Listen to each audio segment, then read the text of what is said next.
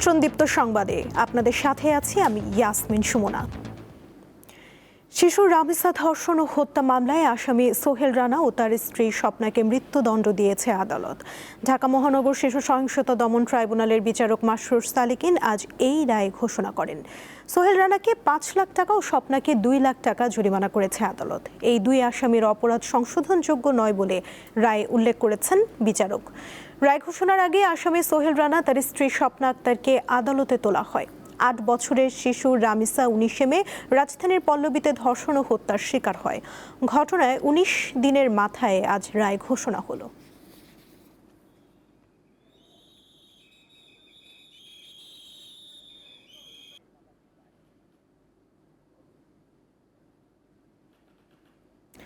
দর্শক, এই বিষয়ে আদালত প্রাঙ্গণে ব্রিফ চলছে, আমরা সরাসরি চলে যাচ্ছি সেখানে।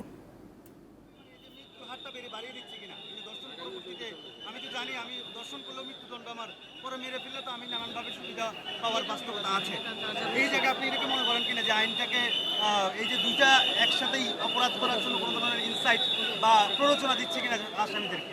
না, আমরা এটা মনে করি যে যেহেতু দর্শনের ফলে যে আসামি যদি মৃত্যু হয়ে যায়, ভিকটিমের যদি মৃত্যু হয় বা ডিসিজে যদি মৃত্যু হয়ে যায়, তাহলে এই অপরাধটি অবশ্যই প্রয়োজন।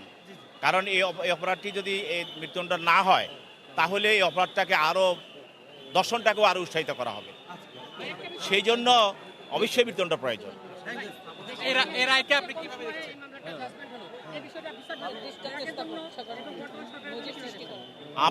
আপনি বলি যে এই ঘটনা আমাদের জানা মতে বাংলাদেশের ইতিহাসে যে নৃশংস ঘটনাগুলোর মধ্যে অন্যতম, এবং এই ঘটনা এই যে রামিসার ধর্ষণ এবং যে হত্যা, এই ঘটনাটি যেমন জনগণকে, দেশের মানুষকে যেমনভাবে আন্দোলিত করেছে এবং মানুষ এটা উদ্বেগ প্রকাশ করেছে, এবং সরকারও সেইভাবে কঠিনভাবে সিদ্ধান্ত নিয়েছে এবং যেন এই মামলাটির বিচার হয়, দৃষ্টান্তমূলক বিচার হয়।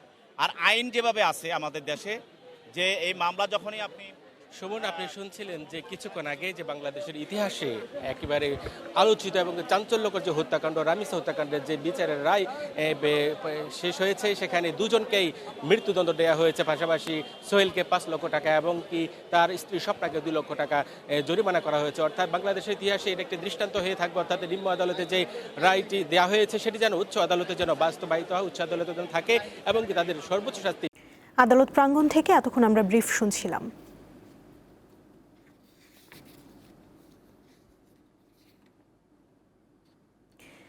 ঝিনাইদহ জেলার কোটচাঁদপুরে মালবাহী ট্রেনের ৩টি বগি লাইনচ্যুত হয়েছে।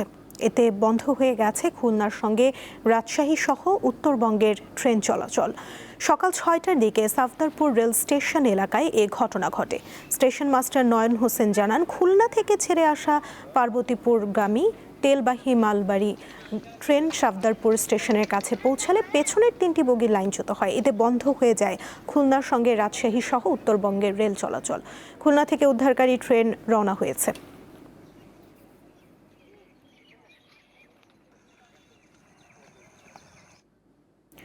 ত্রয়োদশ জাতীয় সংসদের প্রথম বাজেট অধিবেশন শুরু হচ্ছে আজ দুপুর ৩টায়। ১১ই জুন সংসদে ২০২৬-২৭ অর্থ বছরের প্রস্তাবিত বাজেট উপস্থাপন করবেন অর্থমন্ত্রী আমির খসরু মাহমুদ চৌধুরী। এটি হবে প্রধানমন্ত্রী তারেক রহমান সরকারের প্রথম বাজেট।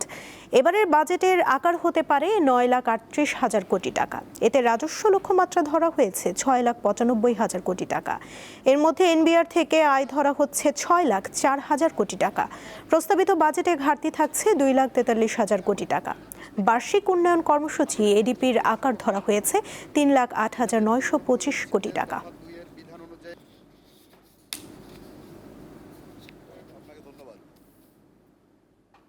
শিল্প প্রতিষ্ঠানে গ্যাস ও বিদ্যুতের সরবরাহ নিশ্চিতের দাবি জানিয়েছেন ফেনীর ব্যবসায়ীরা। ২০২৬-২৭ অর্থ বছরের বাজেট নিয়ে প্রত্যাশার কথা জানাতে গিয়ে এই বিষয়টিতে জোর দেন তারা। একই সঙ্গে কর ব্যবস্থা হয়রানি মুক্ত করার দাবি জানান তারা। ফেনীর ৬টি উপজেলায় রয়েছে ছোট বড় অসংখ্য ব্যবসা প্রতিষ্ঠান, যা জেলার অর্থনৈতিক উন্নয়নকে এগিয়ে নিয়ে যাচ্ছে। কিন্তু এসব প্রতিষ্ঠানের ব্যবসায়ীরা রয়েছেন নানা সংকটে। তাই আগামী বাজেট নিয়ে রয়েছে তাদের বিভিন্ন দাবি। এর মধ্যে ভ্যাট ট্যাক্স আদায়ের প্রক্রিয়া আরও সহজ এবং স্বচ্ছ করা ও জামানতবিহীন সহজ শর্তে ঋণ সুবিধা প্রত্যাশা করছেন ক্ষুদ্র ও কুটির শিল্পের সাথে জড়িতরা। বাজেট যেন কেবল রাজস্ব আদায়ের লক্ষ্যমাত্রা নির্ভর না হয় সেদিকে নজর দেওয়ার দাবি জানিয়ে ব্যবসায়ীরা বলেন, অর্থনীতির চাকা আরও গতিশীল করতে নিরবিচ্ছিন্ন বিদ্যুৎ ও গ্যাসের সরবরাহ নিশ্চিত করা জরুরি। আমরা এমন একটি বাজেট প্রত্যাশা করি যা শুধু রাজস্বের আদায়ের দিক থেকে নয়, বরং শিল্পায়ন, কর্মসংস্থান সৃষ্টি এবং দীর্ঘমেয়াদে দেশের অর্থনৈতিক প্রবৃদ্ধিকে ত্বরান্বিত করবে। ব্যবসা ও বিনিয়োগ বান্ধব বাজেটই বাংলাদেশের অর্থনীতিকে আরও শক্তিশালী ভিত্তির উপর দাঁড় করাবে। আমরা চাই বাজেটেও এই সরকার জনগণের সেই আশানুরূপ কাজগুলো করে মানুষের পাশে থাকবে, এটাই আমরা প্রত্যাশা করি। পাশাপাশি ব্যবসায়ী প্রতিনিধি হিসাবে আমি ব্যবসায়ীদের পক্ষে একটি কথাই বলবো যে সরকার যেন বিদ্যুৎ, গ্যাস এগুলো যেন নিরবিচ্ছিন্নভাবে আমাদেরকে যেন সার্ভিস দেয়, এটাই আমি প্রত্যাশা করি। শিগগিরই জাতীয় সংসদে উত্থাপন করা হবে আগামী অর্থ বছরের বাজেট। আফরিদ হাসান, দীপ্ত, বার্তাকক্ষ। দর্শক, ঢাকা মহানগর শিশু সহিংসতা দমন ট্রাইব্যুনালে রয়েছেন সহকর্মী হেদায়েতুল্লাহ সীমান্ত। তিনি যোগ দিচ্ছেন শিশুর রামিসা ধর্ষণ ও হত্যা মামলার রায়ের আরও তথ্য নিয়ে। সীমান্ত, শিশুর রামিসা হত্যা মামলার রায়ে আদালত আর কি বলেছেন, বিস্তারিত জানাবেন।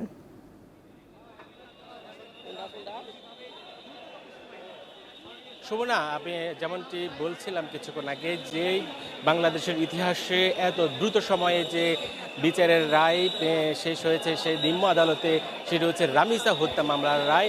আমরা সকাল থেকে দেখেছি যে উৎসুক জনতা এবং কি আইনজীবীরা, বিভিন্ন আইন শৃঙ্খলা রক্ষাকারী বাহিনী, তারা উন্মুখ হয়ে বসেছিলেন যে এ রায় কী হবে। কিন্তু শেষ মুহূর্তে এসে সে রায়, অর্থাৎ যে সোহেল রানা এবং কি তার স্ত্রী স্বপ্না ধর্ষণ এবং হত্যা মামলায় যে হত্যা, সেটি প্রমাণিত হওয়ায় তাদেরকে মৃত্যুদণ্ড দিয়েছে এবং কি পাশাপাশি সোহেল রানাকে 5 লক্ষ টাকা এবং স্বপ্নাকে 2 লক্ষ টাকা জরিমানা করা হয়েছে। সে রায়ে একেবারে সর্বোচ্চ মহল থেকে এবং কি সাধারণ জনগণ তারা সন্তোষ প্রকাশ করেছে এবং রামিসার বাবাও তিনি সন্তোষ প্রকাশ করেছেন। এই পর্যায়ে সেই আসামিদেরকে বের করে নিয়ে যাওয়া হচ্ছে। অর্থাৎ যে রায় মানুষের এই মাত্র 19 দিনের মাথায় 4 কার্য দিবসের মধ্যে এ রায় তারা দেশের মানুষ দেখেছে নিম্ন আদালতে, সে রায় উচ্চ আদালতেও যেন সেই বিষয়টিও মানুষ চাচ্ছেন যে এই রায় যেন উচ্চ আদালতে বাস্তবায়ন হয় এবং কি সেটি একই থাকে। অর্থাৎ বাংলাদেশের ইতিহাসে যে শিশুদের যে শিশু নির্যাতনের যে চিত্র, সেই চিত্র যেন আর মানুষ না দেখে। অর্থাৎ রামিসার মতো আর কোনো যেন শিশু যেন হত্যার শিকার না হয়, ধর্ষণের শিকার না হয়, এ রায় একটা দৃষ্টান্ত হয়ে থাকবে বলে বিভিন্ন আইনজীবীরা জানিয়েছেন। পাশাপাশি যে রাষ্ট্রপক্ষের আইনজীবী এবং কি আসামি পক্ষের আইনজীবী এবং কি রামিসার বাবাও কিছুক্ষণ আগে এখানে কথা বলেছেন, তারা সন্তোষ প্রকাশ করেছেন যে এই রায় থেকে যেন, এই দৃষ্টান্ত থেকে যেন আর কোনো অপরাধী যেন সাহস না পায় কোনো শিশুকে ধর্ষণ এবং হত্যা করতে। সেই বিষয়টি নিশ্চিত করার জন্য বাংলাদেশের সুবনা, আপনি জানেন যে সরকারের পক্ষ থেকে কিন্তু এই রায় নিয়ে বলেছেন যে সর্ব কম সময়ের মধ্যে সেই রাজ্য কার্যকর করা হবে। সে প্রধানমন্ত্রী তারেক রহমান এবং সরকারের পক্ষ থেকে যেই প্রতিশ্রুতি দেওয়া হয়েছে সেটি কিন্তু বাস্তবায়িত হয়েছে। অর্থাৎ 4 কার্য দিবসের মধ্যেই কিন্তু সেই রায়ের প্রতিফলন বাংলাদেশের মানুষ দেখেছে, আইনজীবীরা দেখেছে এবং কি সাধারণ মানুষ দেখেছে যে কিভাবে দ্রুত সময়ে ইচ্ছা থাকলে সেই রায় কার্যকর করা হয়। পাশাপাশি আমরা দেখি সকাল থেকে এখানে যে নারী কর্মজীবীরা অনেকে এসেছেন, তারা বলেছেন যে শুধু রামিসা কেন, যে বাকি হত্যা, ধর্ষণ এবং হত্যা মামলা রয়েছে সেগুলো কেন দ্রুত যেন কার্যকর করা হয়। অর্থাৎ রামিসার মতো যেন অন্যান্য যে মামলাগুলো রয়েছে সেই মামলার রায় যেন দ্রুততম বাস্তবায়ন করা হয়, কার্যকর করা হয়, যেন আর কোনো অপরাধের সাহস না পায় কোনো শিশুকে ধর্ষণ এবং নির্যাতন করে তাকে হত্যা না করে, এই দৃষ্টান্ত থেকে যেন যায়। পাশাপাশি এই রায় যেন দ্রুত সময়ে বাস্তবায়ন হয় এবং পাশাপাশি উচ্চ আদালতে আপিলের করে উচ্চ আদালতে যেন সেই রায় এবং কি ফাঁসি যেন কার্যকর হয়, পাশাপাশি এই রায় যেন বাস্তবায়িত হয়, সে বিষয়ে সবাই আহ্বান জানিয়েছেন। রাষ্ট্রপক্ষ থেকে আহ্বান জানিয়েছেন, তারা বলছেন যে এই রায় বাংলাদেশের ইতিহাসে একটা দৃষ্টান্ত হয়ে থাকবে অল্প সময়ের মধ্যে যে রায় দেওয়া হয়েছে। সুবনা, সার্বিক পরিস্থিতি বলতে গেলে এখন পুরো যে আদালত চত্বরে কিন্তু উৎসুক জনতা এবং কি সবাই সন্তোষ প্রকাশ করেছেন এই রায় নিয়ে। কিছুক্ষণ আগে সোহেল রানা এবং তার স্ত্রী স্বপ্নাকে নিয়ে যাওয়া হয়েছে, পাশাপাশি আইনজীবীরা গণমাধ্যমের সাথে কথা বলছেন এই রায় নিয়ে।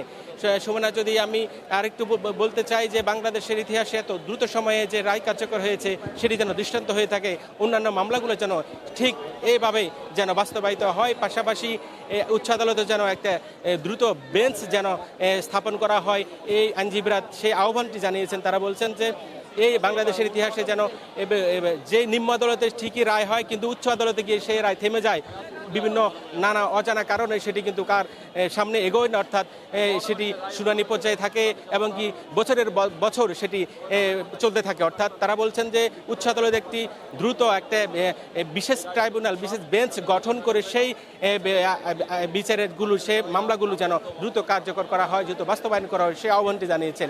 সমন্বয় ছিল আমার কাছে নিম্ন আদালত থেকে রামিসা হত্যা মামলার রায়ের সর্বশেষ তথ্য। সীমান্ত, ধন্যবাদ আপনাকে। আন্তর্জাতিক প্রসঙ্গ।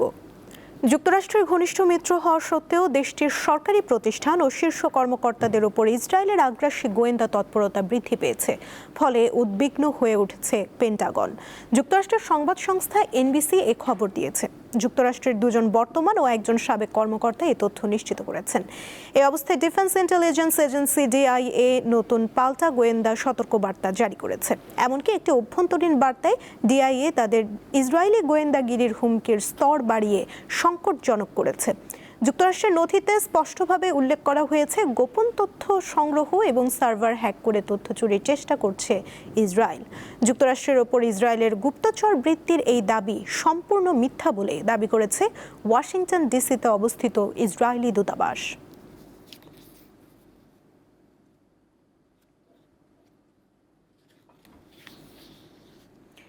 ইরান যুদ্ধ বন্ধ করতে চাইছেন যুক্তরাষ্ট্রের প্রেসিডেন্ট ডোনাল্ড ট্রাম্প, কিন্তু ইসরায়েলের প্রধানমন্ত্রী বেনিয়ামিন নেতানিয়াহু তা চান না। ফলে দুই দেশের সম্পর্কে টানাপোড়েন দেখা দিয়েছে, এমনটি খবর এসেছে আন্তর্জাতিক গণমাধ্যমে। এ নিয়ে বার্তাকক্ষে আলোচনা করছেন সহকর্মী রুবায়েত হাসান ও ইশরাত সুমা।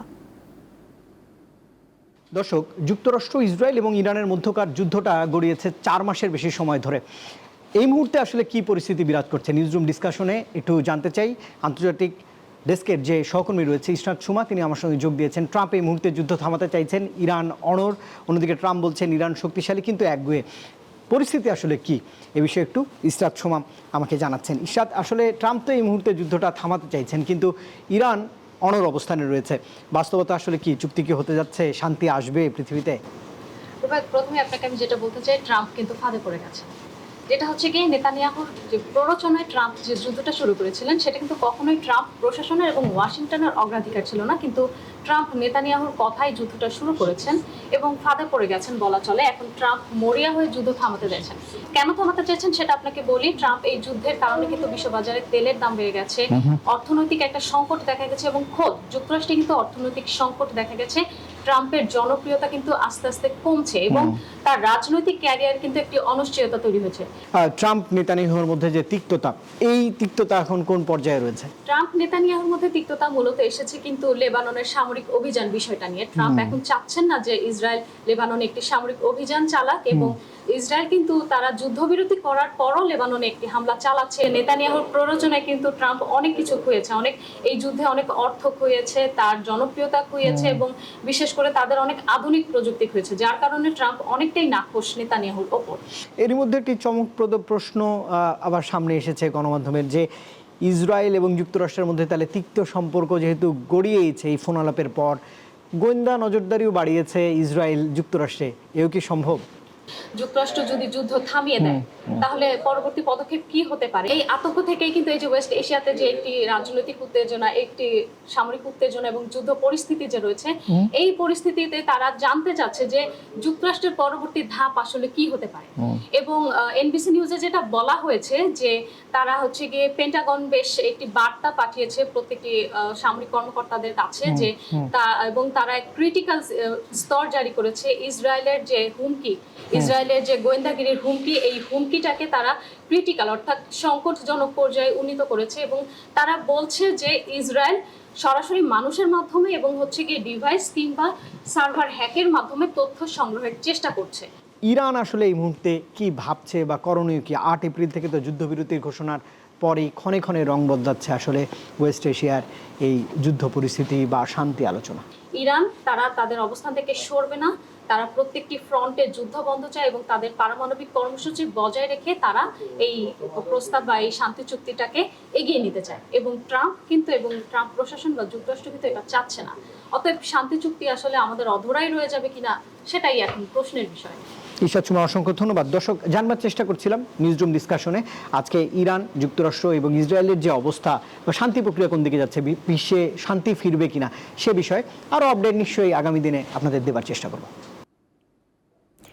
এবারে গ্লো অ্যান্ড লাভলি সাফ উইমেন্স চ্যাম্পিয়নশিপ 2026।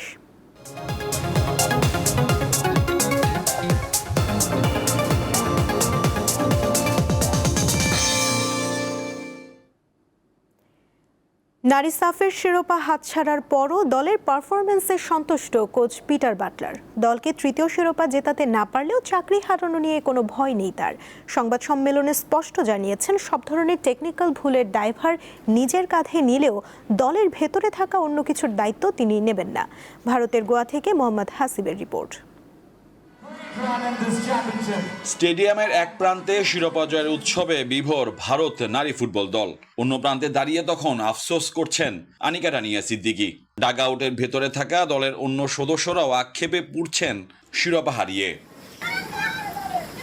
টিম বাসে ওঠার সময় গণমাধ্যমের দৃষ্টি থেকে নিজেদের আড়ালের চেষ্টা। নারীদের ফুটবল হারিয়েছে সাফে তৃতীয় শিরোপা, সেই সাথে নামের শেষে ডিফেন্ডিং চ্যাম্পিয়ন তকমার পরিবর্তে এখন যোগ হয়েছে রানার্স আপ বিশেষণ। এই দলের অনেকে নিজেদের সেরা ভাবে। মানছি ঋতুপর্ণা, আনিকা, মারিয়ামান্দা এরা তারকা, কিন্তু সবাই তো এক না। এই বিষয়গুলো আমাকে বিব্রত করে। পুরো টুর্নামেন্টে গোল পোস্টের নিচে ছিলেন মিলি আক্তার। 9 গোল হজম করেছেন তিনি, কিন্তু তার চেয়েও অভিজ্ঞ গোলরক্ষক রূপনা চাকমা থাকার পরও ফাইনালে মঞ্চে তাকে না খেলানোর ব্যাখ্যা দিলেন কোচ। কিছুদিন আগে থাইল্যান্ডের টুর্নামেন্টে রূপনা চাকমাকে সুযোগ দেওয়া হয়, সে কাজে লাগাতে পারেনি। মিলির বয়স কম, কিন্তু তার মধ্যে ভালো করার প্রবণতা আছে। এই বছরের ডিসেম্বর পর্যন্ত কোচের দায়িত্বে পিটার বাটলার। চুক্তি নবায়নে কোনো পরিকল্পনা আছে কিনা জানতে চাইলে কোচ বলেন এসব নিয়ে মোটেও ভাবছেন না তিনি। আমার ক্যারিয়ার অনেক লম্বা, অনেক জায়গায় কাজ করেছি।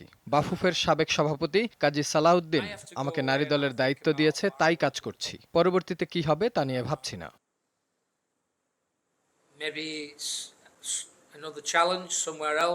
দেখতে দেখতে শেষ হলো নারী ফুটবলের আন্তর্জাতিক টুর্নামেন্ট। এবার লম্বা বিরতি, নতুন মিশনের আগে আপাতত বিশ্রামে থাকবে বাংলাদেশ নারী ফুটবল দল। পিছিয়ে পড়া, ফিরে আসা, আবারও পিছিয়ে পড়া, এই তো নারী সাফ ফুটবলের ফাইনালের গল্প। হ্যাট্রিক শিরোপা জয়ের যে মিশন নিয়ে প্রায় 2500 কিলোমিটার পথ পাড়ি দিয়েছিল বাংলাদেশের মেয়েরা, তা হারিয়ে গেল জওহরলাল নেহরুর ফর্তদা স্টেডিয়ামে। মোহাম্মদ হাসিব, দীপ্ত স্পোর্টস, গোয়া, ভারত। নারী সাফ চ্যাম্পিয়নশিপের খবর সংগ্রহ করতে ভারতে অবস্থান করছেন সহকর্মী মোহাম্মদ হাসিব, যোগ দিচ্ছেন তিনি। হাসিব, ফাইনালে যেমনটি আশা করা হয়েছিল বাংলাদেশের মেয়েরা তেমনটি করতে পারেননি। আপনি কিভাবে মূল্যায়ন করবেন বিষয়টি?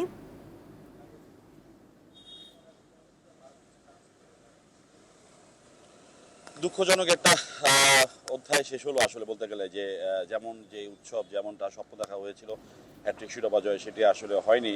প্রথমে এগিয়ে পিছিয়ে পড়া, তারপরে কাম ব্যাক, তারপরে আবার দ্বিতীয়ার্ধে শুরুতেই এবং তারপরে আরেকটি গোল, সব মিলে 3 গোলের হার। একটা দুঃখজনক, মন খারাপ খেলোয়াড়দের, মন খারাপ নিশ্চয়ই পুরো বাংলাদেশের ফুটবল ভক্তদেরও। তৃতীয় শিরোপা জয় যে সুযোগ, যে হাতছানি, যে স্বপ্ন আসলে দেখিয়েছিলেন মেয়েরা, সেটা আসলে ভারতের মাটিতে ভারতকে হারানোর সুযোগটাও আসলে শেষ হয়ে গেল। 10 বছর আগেও সেই সুযোগ ছিল, 10 বছর পরও আসলে সেই সুযোগটা একেবারে হাতছাড়া হয়ে গেল। আসলে কোচ কালকে যেটা বলেছেন পিটার বাটলার, যে এমন পারফরমেন্সের পরও আসলে, মানে এমন ফলাফলের পরও আসলে তিনি আসলে পারফরমেন্স নিয়ে সন্তুষ্ট। এটা ঠিক যে দলের মধ্যে যে একটা মানে ইন্টারনাল যে একটা কোন্দল আছে, সেটা উনি সরাসরি না বলে স্পষ্ট বলে দিয়েছেন যে টেকনিক্যাল যে কোনো ভুলের জন্য আমি দায়ভার নিল, বাড়তি আর কিছু থাকলে দলের মধ্যে সেটা দায়ভার আমি না, বা আমি নিব না। তাতে স্পষ্ট যে দলের একটা কোন্দল আসলে সেটা আসলে বিদ্যমান রয়েছে, এবং সেটার একটা মিসআন্ডারস্ট্যান্ডিংয়ের কারণে আসলে গোল হয়েও হচ্ছিল না। ভালো পারফরমেন্স করার সুযোগ থেকেও আসলে বাংলাদেশ মেয়েরা বঞ্চিত হচ্ছিল।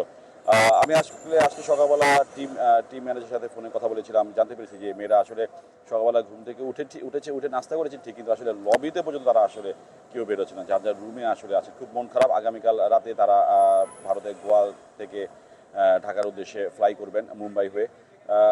আসলে সবারই মন খারাপ, যারা আসলে খেলছেন, মাঠে খেলেছেন তারা মন খারাপ, যারা আমরা বাংলাদেশের সাংবাদিকরা এখানে এসেছি সবারই মন খারাপ।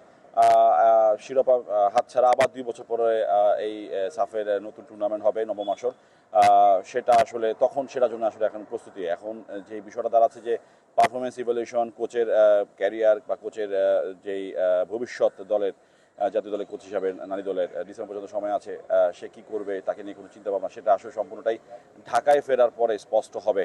তেমনটা আসলে আমরা টিম ম্যানেজমেন্টের কাছে, বিশেষ করে আমি নিজে যোগাযোগ করে জানতে পেরেছি, যে টিম ম্যানেজমেন্টের সাথে কথা বলে জানতে পেরেছি সব মিলে আসলে বেশ মন খারাপের একটা পরিস্থিতি এই ভারতের গোয়াতে রয়েছে বলতে গেলে। সুমনা। হাসিব, ধন্যবাদ আপনাকে। নিরুত্তাপ পরিবেশে শুরু হয়েছে বাংলাদেশ ক্রিকেট বোর্ড বিসিবির পরিচালনা পর্ষদ নির্বাচন। আজ সকাল 10টায় মিরপুর শেরেবাংলা জাতীয় ক্রিকেট স্টেডিয়ামে ভোট গ্রহণ চলবে বিকেল 4টা পর্যন্ত। নির্বাচনে 25টি পরিচালক পদের মধ্যে 8 জন আগেই বিনা প্রতিদ্বন্দ্বিতায় নির্বাচিত হওয়ায় ভোটের উত্তাপ অনেকটাই কম। সকালেও ছিল ভোটারদের ধীর উপস্থিতি। 35 মিনিট পরে প্রথম ভোট। তবে সবচেয়ে বেশি প্রতিদ্বন্দ্বিতা দেখা যাচ্ছে ক্লাব ক্যাটাগরিতে, যেখানে 12টি পদের বিপরীতে লড়ছেন 16 প্রার্থী। এই তালিকায় রয়েছেন সাবেক অধিনায়ক তামিম ইকবালও। সন্ধ্যায় জানা যাবে বিসিবির নতুন পরিচালনা পর্ষদের পূর্ণাঙ্গ চিত্র।